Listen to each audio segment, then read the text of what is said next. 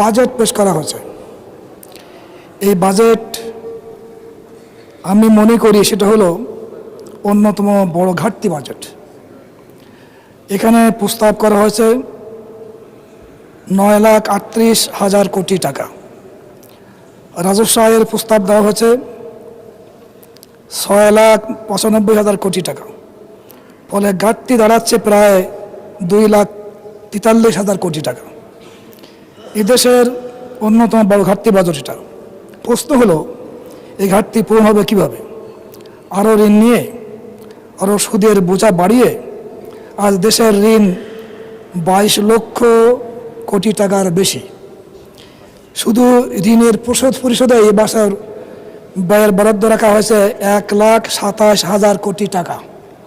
শুধু সুদের ঋণ, মূল ঋণ আদায় করা হবে না। যে টাকা দিয়ে হাসপাতাল করা যেত, স্কুল হতে পারত, রাস্তা হতে পারত, কর্মসংস্থান সৃষ্টি করা যেত, সেই অর্থ চলে যাচ্ছে ঋণের বোঝা বহরে। এটাকে জনকল্যাণের পথ। আজকে এই ঋণটা হলো সুদ নির্ভর। যে সুদ সম্পর্কে আমরা দেখতে পাচ্ছি বর্তমান বাজেটে সংখ্যাগরিষ্ঠ নাগরিক যারা, তাদের বিশ্বাসের মূল্যায়ন করা হয়নি। বিশেষ করে দুটো জিনিস, তার মধ্যে একটা হলো জাকাত। জাকাতকে আল্লাহ তাআলা ইসলামের তৃতীয় স্তম্ভ উল্লেখ করেছেন আল্লাহ রসুল সাল্লাল্লাহু আলাইহি সাল্লাম। পবিত্র কোরআন শরীফের মধ্যে সূরা হাজর 41 মধ্যে বলেছেন, আল্লাযীনা ইম্মাক্কান্নাহুম ফিল আরদি আকামুস সালাতা ওয়া আতাউজ যাকাতা ওয়া আমারু বিল মা'রুফ ওয়া নাহাউ আনিল মুনকার। আল্লাহ বলছে, আমি যদি এই মুসলিম জাতিকে রাষ্ট্রীয় ক্ষমতায় বসাই তাহলে তারা 4টি কর্মসূচি পালন করবে।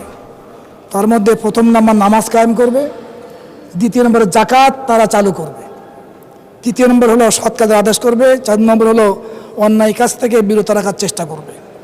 আজকে জাকাতকে 3য় নম্বর কর্মসূচি আল্লাহ ঘোষণা করেছেন। এরা মুসলিম রাষ্ট্র, মুসলিম অধ্যুষিত রাষ্ট্র, 90% মুসলমান এখানে বসবাস করে। সেখানে এই জাকাতকে এই বাজেটের মধ্যে রাখা হয়নি। আর একটা হলো সুদ ভিত্তিক এই বাজেট করা হয়েছে, যেটা সম্পর্কে রাশির মধ্যে আল্লাহ বলেছেন, ওয়া আহাল্লাল্লাহুল বাইআ ওয়া হাররামার রিবা, যে ক্রয় বিক্রয়কে হালাল করেছেন আর সুদকে করেছেন হারাম। এরপর আরও বলেছেন যে তোমরা যদি সুদ ত্যাগ না করো, ফাইল্লাম তাফআলু, তাহলে জেনে রাখো ফাআযানু বিহারবিম মিনাল্লাহি ওয়া রাসূলি, আল্লাহ রাসূলের পক্ষ থেকে যুদ্ধের ঘোষণা শুনে নাও। এটা বলা হয়েছিল যে নেতৃবৃন্দ যখন নির্বাচনকে বলেছিলেন যে আমরা মদিনার আদলে রাষ্ট্র পরিচালনা করব। রসুলের আদর্শ কী ছিল? যখন কোনো জাতির সঙ্গে চুক্তি করতেন তখন তিনি বলতেন যে তোমরা সুদ যদি চালু রাখো তোমাদের সঙ্গে চুক্তি বাতিল হবে। আর আমরা নিজেরাই সুদ চালু করে রেখেছি, সুদের ভিত্তিতে রাষ্ট্র পরিচালনা করছি। এই জন্য এই সুদকে হারাম করা এবং এই জাকাতকে ফরজ করা এবং রাষ্ট্রীয় তৃতীয় নম্বর কর্মসূচি পালন করা 2য় নম্বর কর্মসূচি হিসাবে, এটা আমরা করতে পারিনি। এই জন্যে আমরা আসলে যে সংখ্যাগরিষ্ঠ যারা নাগরিক তাদের বিশ্বাসের সম্মান মূলত আমরা দিতে পারিনি। এরপরে আমার কথা হলো কয়েকটি বিষয়, তার মধ্যে একটা হলো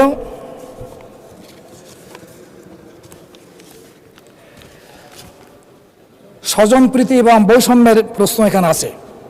মাননীয় স্পিকার, রাষ্ট্রের সম্পদ বন্টনে যদি দলীয় বিবেচনা করা হয়, যদি বিরোধী দলের নির্বাচনী এলাকা উন্নয়নের ক্ষেত্রে অবহেলার শিকার হয়, তাহলে তা গণতান্ত্রিক ন্যায়নীতির পরিপন্থী। জনগণ ভোট দিয়েছে, সরকারি দলের হোক আর বিরোধী দলের হোক, সব এলাকার মানুষ বাংলাদেশের নাগরিক। কিন্তু বাস্তবতা হলো অনেক ক্ষেত্রে বিরোধী দলের মতের এলাকার উন্নয়ন প্রকল্পে বৈষম্যের অভিযোগ রয়েছে। আমি স্পষ্ট করে বলতে চাই, রাষ্ট্র কোনো দলীয় সম্পত্তি নয়। জনগণের টাকা দিয়ে জনগণের উন্নয়নমূলক